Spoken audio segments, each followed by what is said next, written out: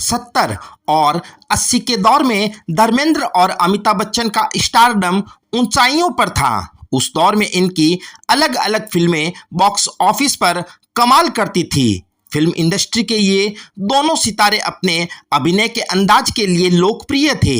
ऐसा नहीं है कि उस दौर में बस यही दो एक्टर्स का स्टारडम बरकरार था, बल्कि एक और एक्टर था जिसने अपने लुक, एक्टिंग और क्यूटनेस से हर किसी का दिल जीत लिया था। उस एक्टर का नाम विनोद खन्ना है।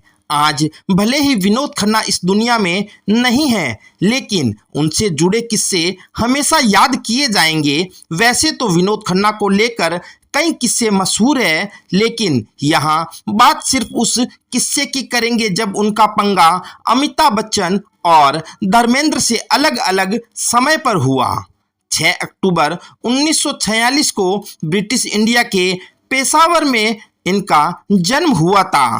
पार्टीशन के बाद इनके पिता परिवार समेत मुंबई आ गए थे। कॉलेज में विनोद खन्ना प्लेज किया करते थे और उसी दौरान सुनील दत्त की नज़र विनोद खन्ना पर पड़ी थी। सुनील दत्त ने अपनी फिल्म मन का मीत में विनोद खन्ना को पहला मौका दिया और यही उनकी डेब्यू फिल्म भी थी। इसके बाद पूरब और पश्चिम, सच्चा और झूठा, आन मिलो सजना और मेरा गांव मेरा देश जैसी सुपरहिट फिल्में करके विनोद खन्ना स्टार बन गए थे।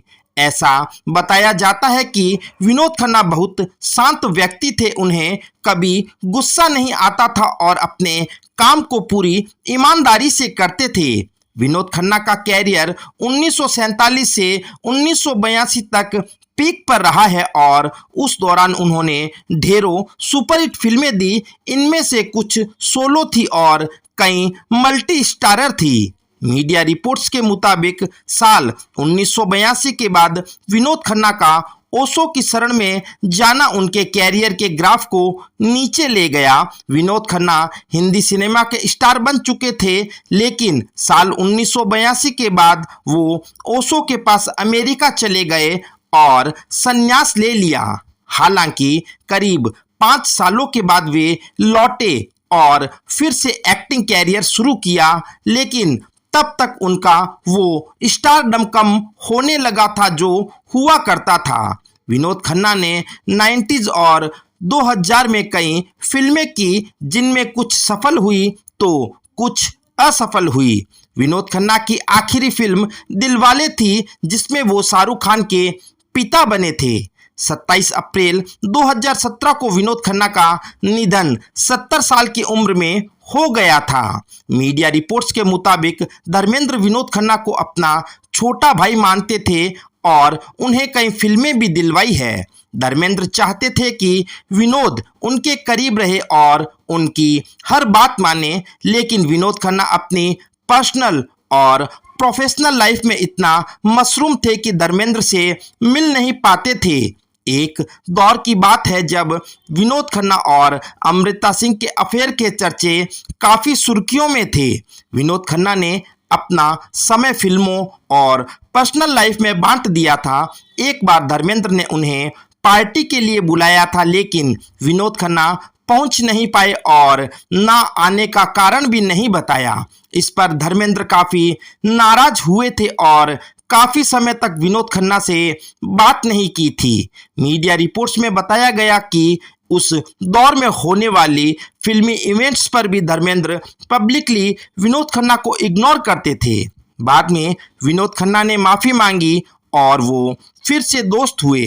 धर्मेंद्र अपनी दरियादिली के लिए जाने जाते हैं। उन्होंने विनोद के साथ फिर से दोस्ती की। धर्मेंद्र और विनोद खन्ना ने साथ में मेरा गांव मेरा देश, फरिश्ते, बंटवारे, द बर्निंग ट्रेन और क्षत्रिय जैसी फिल्में की।